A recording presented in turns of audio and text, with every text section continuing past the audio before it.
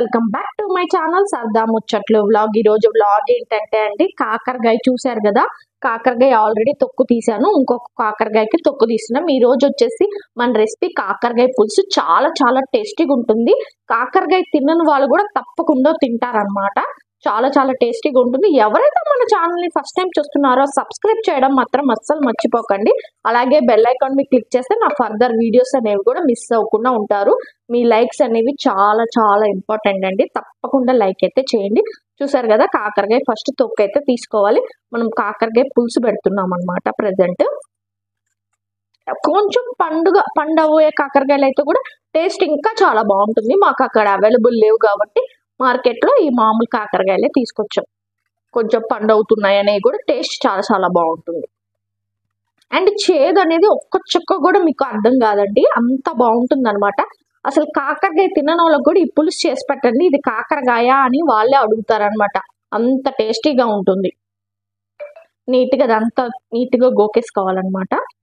ఇట్లా నీట్గా మొత్తం తీసేసుకొని కాకరకాయని కట్ చేసుకోవాలి ముక్కలుగా. చూడండి, వాటర్లో నీట్గా వాష్ చేసేసుకోవాలి. సో మంచిగా వాష్ చేసేసుకొని నీట్గా వాష్ చేయండి. వాష్ చేసేసి ముక్కలు కట్ చేసేసుకోవాలి. మనం ఇక్కడ వాషింగ్ కూడా చాలా ఇంపార్టెంట్. చాలా నీట్గా వాష్ చేసేసుకోండి. కాకరకాయ తినని వాళ్ళకి చెప్పకుండా ఈ కాకరకాయ కర్రీ పెట్టి వాళ్ళు ఏమంటారో నాకు కామెంట్ సెక్షన్ లో కామెంట్ చేయండి. చాలా చాలా టేస్టీగా ఉంటుంది. చుక్క చేదు ఉండదు. దీంట్లో మనం ఐటమ్స్ అనేవి కొన్ని యాడ్ చేస్తాము. అవి ఏంటి అనేది క్లియర్ గా మీకు చూపించేస్తా. స్కిప్ చేయకుండా వీడియో ఎండ్ వరకు అయితే చూడండి. మంచిగా వాష్ చేసేసుకున్నాము. ఎక్కువ కాకరకాయలు కూడా అవసరం లేదు. చాలా తక్కువ ఇంగ్రీడియంట్స్ తో కర్రీ అనేది అయిపోతుంది. మళ్ళీ ఇంకొకసారి వాష్ చేసేసుకోండి. అట్లా 2 times నీట్ గా వాష్ చేసేసుకోండి. చూసారు కదా ఎలా వాష్ చేయాలో క్లియర్ గా చూపిస్తున్నాను. మంచిగా అలాగా చేదు అనేది ఏం లేకుండా పైనంత వరకు నీట్ గా తీయండి. లోపల చేదు ఎలా పోగొట్టాలో నేను మీకు చూపించేస్తాను. స్కిప్ చేయకుండా వీడియో చూడండి. అలాగే లైక్ అనేది తప్పకుండా వేయండి. మీరు లైక్ చేస్తేనే 10 మందికి షేర్ అవుతుంది. వీడియో అనేది ముందుకు వెళ్తూ ఉంటుంది. మీ సపోర్ట్ అనేది చాలా చాలా ఇంపార్టెంట్ ఫ్రెండ్స్. ఇప్పుడు వచ్చేసి కాకరకాయ ఇట్లా రౌండ్ గా కట్ చేసుకోండి. మరీ లావుగా కొయ్యగాకండి, మళ్ళీ చేదు అనేది తెలుస్తుంది. ఇట్లా కొంచెం సన్నగా కోసుకుంటే ఏంటంటే టేస్ట్ మంచిగా ఉంటుంది. ఇట్లా రిమైనింగ్ అన్ని కూడా రౌండ్ గా కట్ చేసేసుకోవాలి. మనం చూసారు కదా, అంత లావుగా కాదు అంత సన్నగా కాదు, మీడియం గా అనేది కట్ చేసుకోవాలన్నమాట. ఈ సైజ్ లో కట్ చేసుకోవాలి. మీడియం సైజ్ ఈ మాత్రం ఉంటే చాలు. పులుసుకి ఈ మాత్రం ఉంటే చాలా బాగుంటుంది. సో అలాగే 3 కాకరకాయలు కోసుకున్నాను, పెట్టేసుకొని ఆ తర్వాత ఈ 3 కాకరకాయలకి నేను వచ్చేసి 3 టమాటా 1 ఆనియన్ వేస్తున్నాను.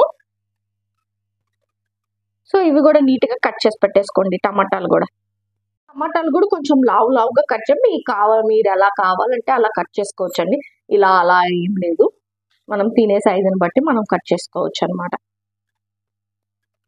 సో ఆనియన్ కూడా అలాగే కట్ చేసుకొని ఆనియన్స్ వచ్చేసి ఇలా పొడుగుగా కట్ చేసుకోవాలండి. ఇలా కట్ చేసుకుంటే పులుసులోకి చాలా బాగుంటాయి. నార్మల్గా అయితే మనం సన్నగా కట్ చేసుకుంటాం కదా, ఈ కర్రీలోకి మాత్రం ఇలా కట్ చేసుకోవాలి.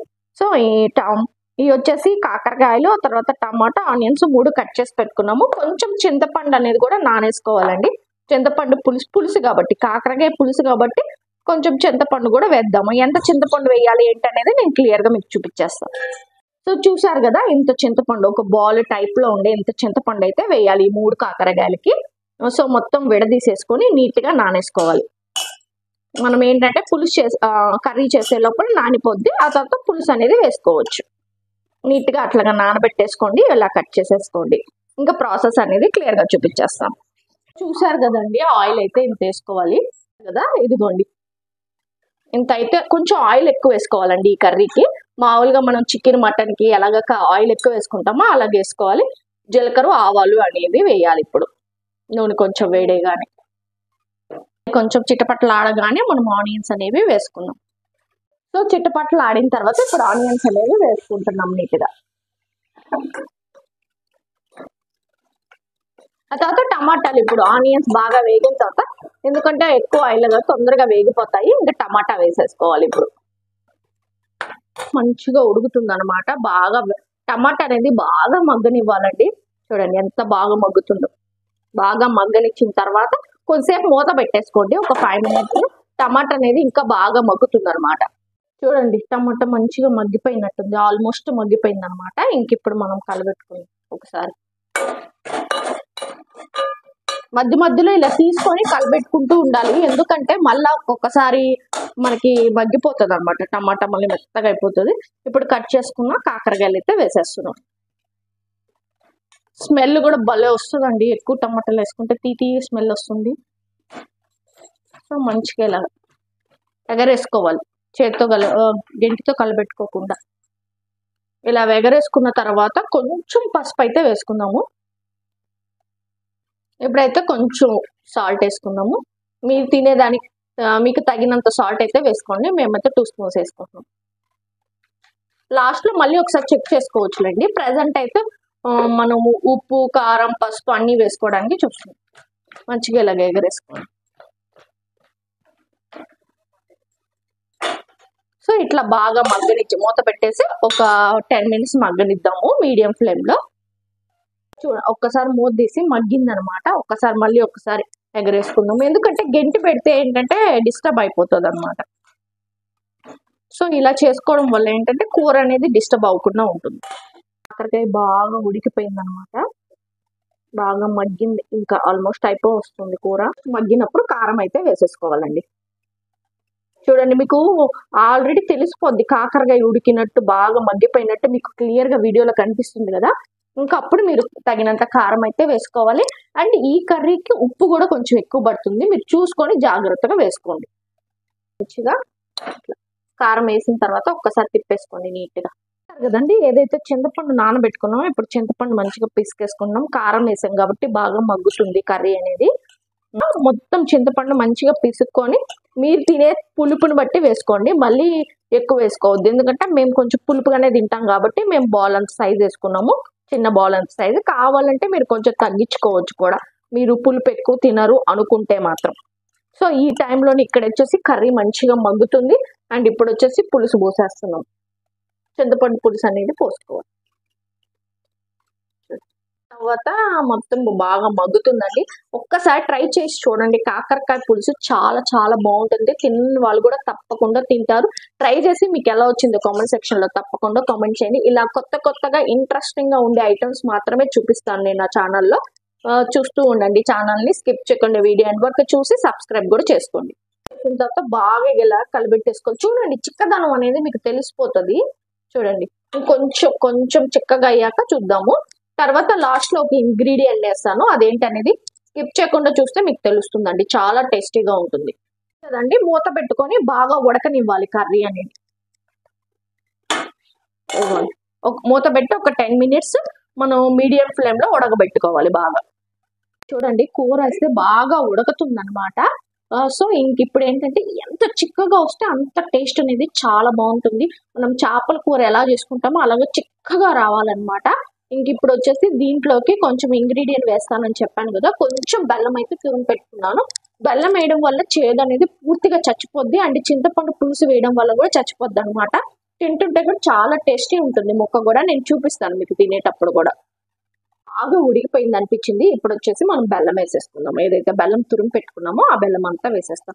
మీరు స్వీట్ ఒకవేళ మీకు ఎక్కువ స్వీట్ తిన్నారు అనుకుంటే కొంచెమే వేసుకోండి, కాకపోతే కొంచెం బెల్లం వేస్తేనే టేస్ట్, పులుసు అనేది చాలా చాలా ఎమ్మీగా ఉంటుంది అనమాట. సో ఇప్పుడు బెల్లం వేసాం కదా, ఒకసారి బెల్లంని కలిపెట్టేసుకున్నాము. కూరని నీట్గా కలిపెట్టేసుకున్నాము.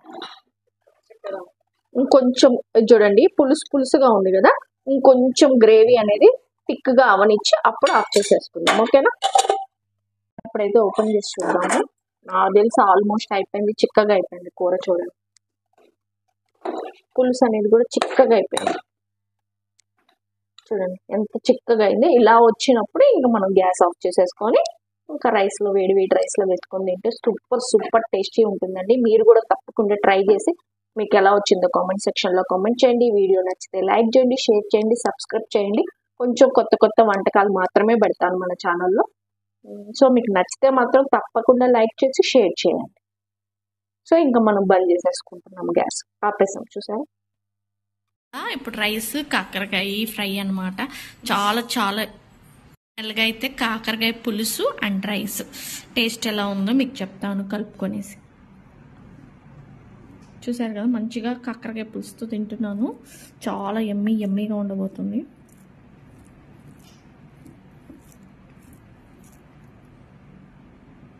కొంచెం కాకరకాయ పీస్ కూడా పెట్టుకున్నాం. చెప్పా కదా చేదు అనేది ఉండదన్నమాట. వేడిగా ఉంది కాబట్టి కాలుతుంది అనమాట.